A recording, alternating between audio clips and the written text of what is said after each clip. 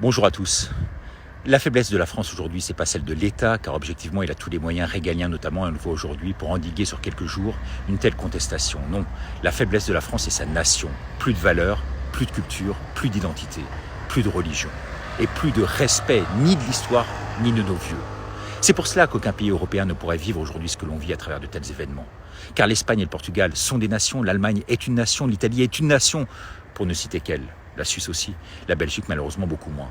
La France n'est plus une nation, plus de culture ni de tradition. Elle n'est composée que de populations hétéroclites, bigarrées, qui ne s'entendent qu'autour du foot et de la Coupe du Monde et qui se détestent fondamentalement, crucialement, socialement, ethniquement. Tout cela a été bien voulu, entretenu par une caste bourgeoise née sous Mitterrand, reprise par Sarkozy, Hollande, et qui ont complètement dénaturé le pays à travers ce petit roitelet aujourd'hui à l'Élysée. Hier, on me disait ce que tout le monde semble dire, les racailles sont d'origine africaine.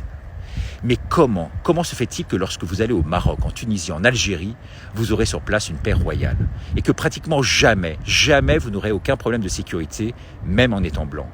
Ce ne sont pas des racailles sur place, ce sont des gens doux, affables, au regard gentil, généreux. Et on nous fait croire aujourd'hui que l'islam c'est la terreur. Non, les Arabes et les Noirs, musulmans pour la majorité, ne sont pas des voleurs. J'ai vécu en Afrique longtemps. Comme nos autorités et la presse nous poussent à vouloir nous faire croire et à nous monter notamment les uns contre les autres. Ce sont que des jeunes sans repère dans nos banlieues, ni religion, que l'on a voulu sciemment ghettoiser, qui foutent la merde aujourd'hui. Vous pouvez vous balader à n'importe quelle heure aujourd'hui dans les rues d'Alger, de Tanger, de Marrakech, vous n'aurez donc aucun souci. Parce que ce sont des nations autour d'une vraie identité, d'une culture, d'une religion, d'une vraie justice qui tiennent, fédèrent les peuples et ne veulent en rien ce mondialisme. Ils luttent contre ça. En France, on a tué le spirituel. Leur guerre, elle est avant tout spirituelle. En France, nos racailles ne prient pas. Ceux dans les quartiers qui prient, ils ne vont pas voler ni casser les vitrines des magasins. Alors, vous aurez bien sûr peut-être ici ou là un imam qui excitera les foules, mais c'est une infime minorité, tout comme un prêtre déviant comme il peut en exister. C'est donc la laïcisation de cette société française, c'est le manque de repères et de valeurs, ce sont les drag queens élyséennes, ce wokisme à la con, voulu par nos dirigeants qui souhaitent nous l'imposer, qui créent sous couvert de relents mondialistes et de GOG. GOG, c'est gouvernement d'occupation globaliste.